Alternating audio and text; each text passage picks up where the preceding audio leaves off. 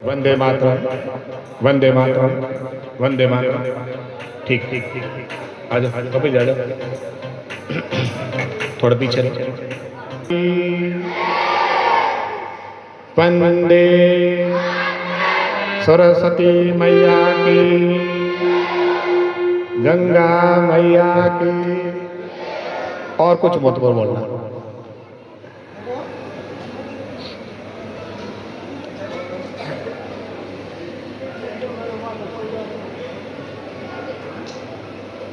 आज के अपने इस पावन पवित्र कार्यक्रम में पधारे हुए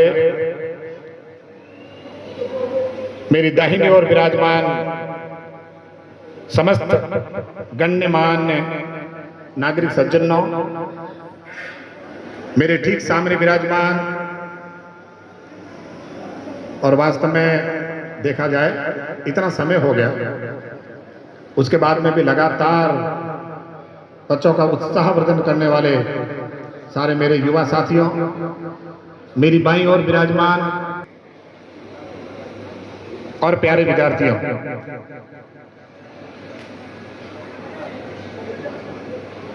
अभी जो आप सभी कार्यक्रम देख रहे हैं, इसको समझने की आवश्यकता है। ये क्या है कार्यक्रम? ये कोई भाषण देने का समय नहीं है, क्योंकि मुझे पता है कि सामने बैठे हुए युवा साथियों में से कई ऐसे बंधुवर हैं, बहुत अच्छे वक्ता है, बहुत अच्छा बोल सकते हैं, लेकिन आज का जो दिन है वो आजादी का दिन है। आजादी के उन मतवालों को याद करने का दिन है जिन्होंने अपना जीवन इस मातृभूमि के लिए मिटा दिया, जिन्होंने सब कुछ अपने परिवार को इस भारत मां के लिए न्योछावर कर दिया, जिन्होंने आगे पीछे कुछ नहीं देखा। बंधु, आपने नाम सुना होगा मदन लाल ढींगरा। मदन लाल ने करजन वायली को मारना था, इसलिए वो वीर सावरकर के पास में गए और वीर सावरकर को कहा, मेरा कितना बलिष्ठ शरीर है। वीर सावरकर ने कहा, मेरे भाई ये तेरा शरीर क्या काम का है, तेरे कोई काम ही नहीं आने वाला है। तो डिप्स निकालता है, इतनी बॉडी बनाता है, तेरा शरीर काम का क्या है? और कम से कम दिन में 100 बार तो कंघी करता है, तेरा शरीर काम का नहीं है। वीर सावरकर ने कहा, तो जैसे ही मदन लाल ढींगरा के समझ में आया मुझे क्या करना है, तो तेरे को एक काम करना है। वो काम क्या करना है? मैं मोमबत्ती लगा रहा हूं, मोमबत्ती के ऊपर हाथ रख और प्रतिज्ञा कर। बंधुओं, ताजुब का विषय बताता हूं। मदन लाल ढींगरा ने मोमबत्ती, जलती मोमबत्ती पर हाथ रख करके प्रतिज्ञा की कि जब तक इस भारत भूमि में मैं जिंदा हूं, करजन वायली को मार करके दम लूंगा। और मारा, मौत के घाट उतारा। वही सरदार उधम सिंह, जिन्होंने तय कर दिया जलियांवाला बाग हत्याकांड के अंदर जिन लोगों ने मेरे भारत के सपूतों को मौत के घाट उतारा है, उनको मैं मारूंगा। और विदेशी धरती पर जाकर इंग्लैंड की वहां की संसद में जाकर और गोलियों से दनादन चलाते हुए जनरल डायर को वहां मौत के घाट उतार दिया था। और बंधुओं, यही नहीं, हमने नाम सुना चंद्रशेखर आजाद, जिन्होंने लगभग 10 गोलियां चारों तरफ से, एक राउंड पुलिस का घेरा, दूसरा राउंड पुलिस का घेरा, तीसरा राउंड पुलिस का घेरा, कम से कम 300-400 पुलिस वहां खड़ी है। और चंद्रशेखर वहां से उठ खड़े होते हैं, अपनी पिस्टल उठाते हैं, एक गोली के माध्यम से 2-2, 3-3 जनों को ढेर कर देते हैं। अंत में एक गोली पीछे रहती है। चंद्रशेखर आजाद क्या बोलते हैं मन में? हे मां, हे मेरी जगत जननी भारत मां, मेरे पास गोली नहीं है, एक गोली मेरे पास रही है, इन दुश्मनों के हाथ में मैं आने वाला नहीं हूं। और अपनी गोली वो तानता है कनपट्टी पर, भारत मां की मिट्टी लगाकर ललाट पे वंदे मातरम का नारा लगाता है और सीधी ट्रिगर दबाता है। एक गोली के माध्यम से धड़ाम से वहां पर ढेर हो जाता है। दुश्मन के हाथ में नहीं आया। चंद्रशेखर आजाद दूर खड़े अंग्रेजी सैनिक दूर से गोलियां मार रहे हैं, दूर खड़े, उनको पता है सोता सिंह जगाया तो हुंकार सह न पाओगे। क्या पता सोता सिंह मरा हुआ है, जिंदा है। यानी ऐसे अनगिन वीर शहीदों ने अपना जीवन न्यौछावर कर दिया, तब जाकर के ये भारत देश आजाद हुआ। ये बहने बालिका सीधी बैठी है, इधर देखिए, क्योंकि आप भी झांसी की रानी लक्ष्मीबाई की संतान है। यहां पर सिर्फ वीरों ने बलिदान किया ऐसा नहीं है, हमारे देश में वीरांगनाओं ने भी अपना जीवन न्यौछावर किया, जिसके लिए कहते हैं लक्ष्मी रहल्ला चनम्मा रुद्र मांबासु विक्रमा निवेदिता शारदा च प्रणम्या मात्र देवता अरुंधत्तानुसूया च सावित्री जानकी सती द्रौपदी कण्णकी गार्गी मीरा दुर्गावती तथा। दुर्गावती जब रण में निकली हाथों में थी तलवारें दो, जब रणचंडी का रूप धारण किया दुर्गावती ने, दोनों हाथों में तलवार लेकर के युद्ध के मैदान में गई थी। और वही झांसी की रानी लक्ष्मीबाई जिस समय युद्ध के मैदान के अंदर अंग्रेजों के सामने भिड़ गई, अपना बेटा पीठ पर लाद दिया, हाथ में तलवार, और ऐसे काटने लगी जैसे गाजर और मूली को तरह अंग्रेजों को काटने लगी। मेरे महानुभावों, ऐसी माताओं बहनों और युवा नौजवान साथियों ने अपना जीवन न्यौछावर किया। अंततः गत्वा 1000 की गुलामी के बाद हमारा भारत देश आजाद हुआ। लेकिन दुर्भाग्य हमारा, और वो दुर्भाग्य क्यों? क्या उस समय की तात्कालिक भारत की जो राजनीतिक परिस्थितियां थी, जिनके जीवन के अंदर एक लक्ष्य था कि मुझे सत्ता प्राप्त करना है, जिन्होंने यह भी कह दिया कि मेरे शरीर के 2 टुकड़े हो सकते, भारत के टुकड़े नहीं होने दूंगा मैं, ऐसे सब लोगों ने यह स्वीकार कर दिया कि 14 अगस्त 1947 को भारत के 2 टुकड़े कर दिए।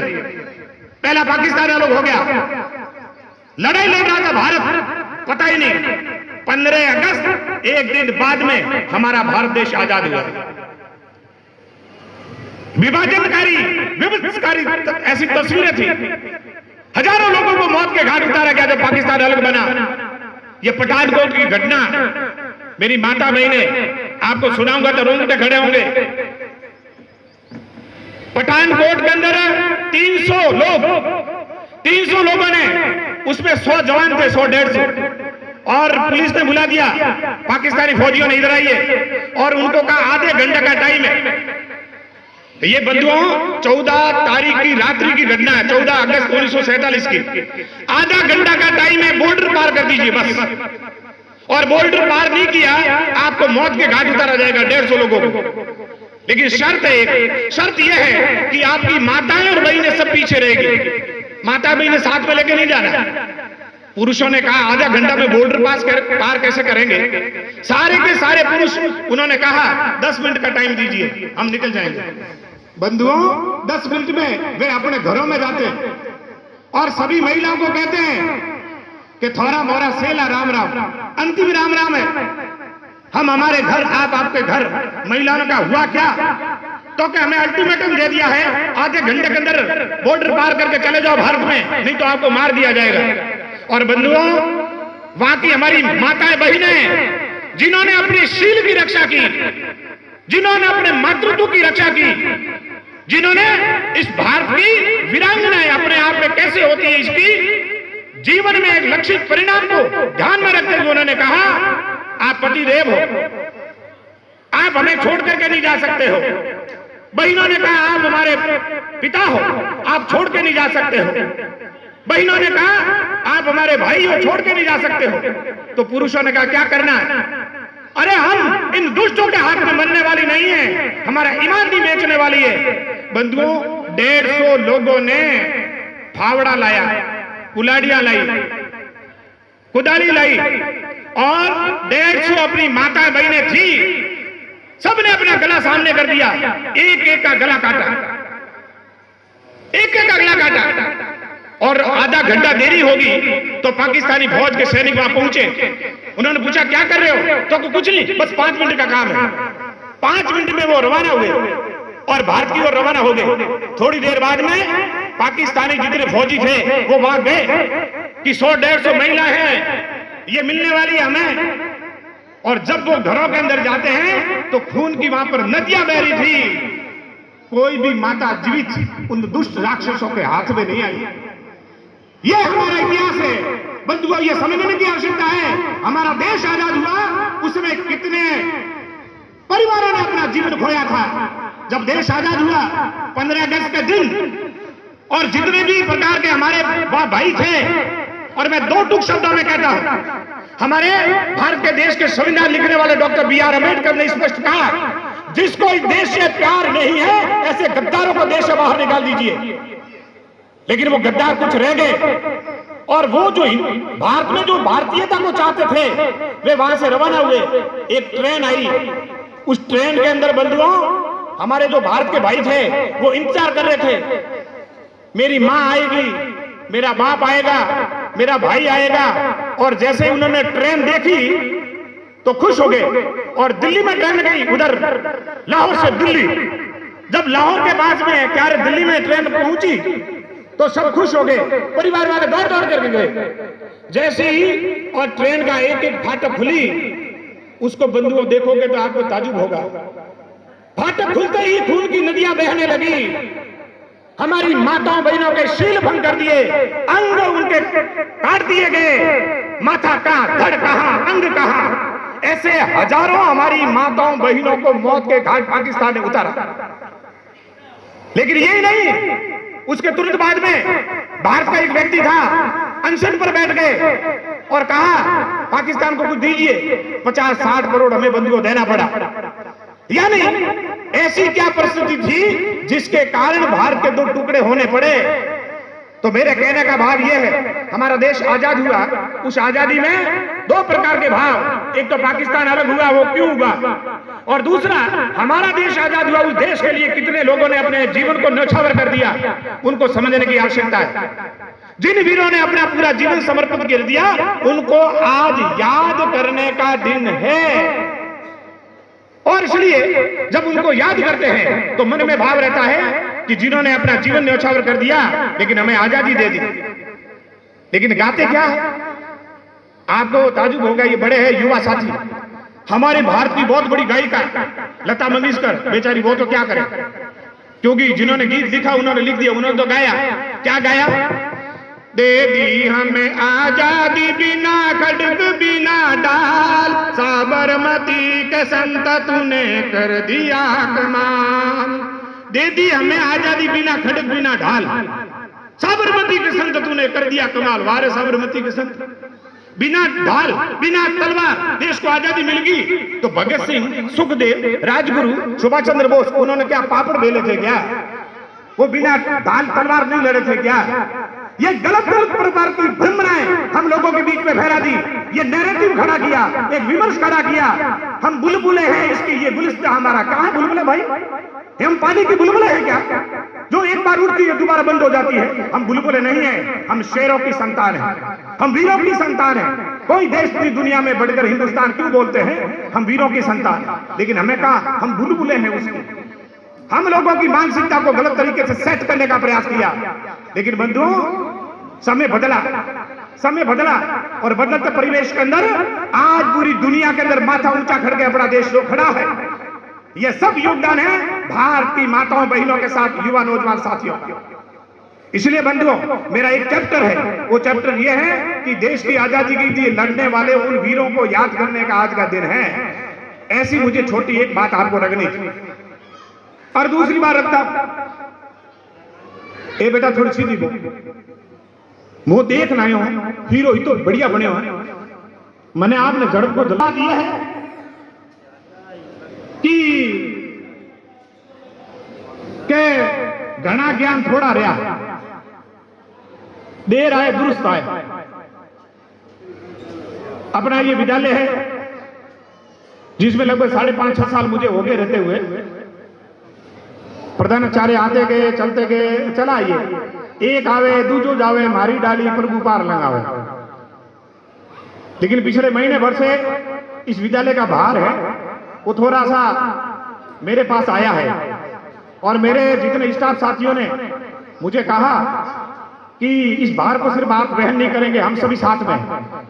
और मुझे तो बहुत बड़ी बंधुओं खुशी हुई, गांव के लोगों से बता रहा हूं मैं, कि जैसे ही स्टाफ साथियों की मैंने बैठक ली और मैंने उनको कहा आप कहोगे तो इस काम को मैं उठाऊंगा, तो सबने सहर्ष स्वीकार कर दिया। गांव के प्रमुख लोगों के पास हाथों को मैंने बुलाया, उन्होंने भी स्वीकार कर दिया। और जैसे ही विद्यालय को हमने प्रारंभ किया, बंधुओं, विद्यालय की रंगत बदल दी। सारे स्टाफ ने मिलकर के, पिछले ज्यादा दिन नहीं हुए, 20-25 दिन हुए, बस 20-25 दिन में पूरी कक्षाओं को और पढ़ाई की पूरी तक झोंक करके और लगभग 90-95% उपस्थिति बच्चों की होनी प्रारंभ हो गई। मुश्किल से 15-20 बच्चे हैं, 30 बच्चे जो विशेष कारण से रूटीन में आते हैं, लगातार आने लगे यहाँ पर। और ये जो बच्चों का आना जाना प्रारंभ हुआ है, उनमें 2 प्रकार की और बहुत बड़ा योगदान है। एक तो हमारे विद्यालय के समस्त स्टाफ साथियों का, और दूसरा योगदान है आप सभी अभिभावकों का। क्योंकि बंधुओं, बिना अभिभावक, बिना स्टाफ और बिना विद्यार्थी कोई भी विद्यालय आगे नहीं बढ़ सकता है। इसलिए समस्त स्टाफ साथियों के साथ साथ सभी अभिभावकों का मैं हृदय से नमन करता हूं, वंदन करता हूं कि कम समय के अंदर उन्होंने अपने विद्यालय को बहुत अच्छी तरीके से खड़ा कर दिया है। और मुझे पूर्ण विश्वास है वो और अच्छी तरीके से खड़ा किया जा सकता है। लेकिन कुछ बातें मेरी आप सभी के, ये जितनी माता बहनें हैं और युवा साथी है,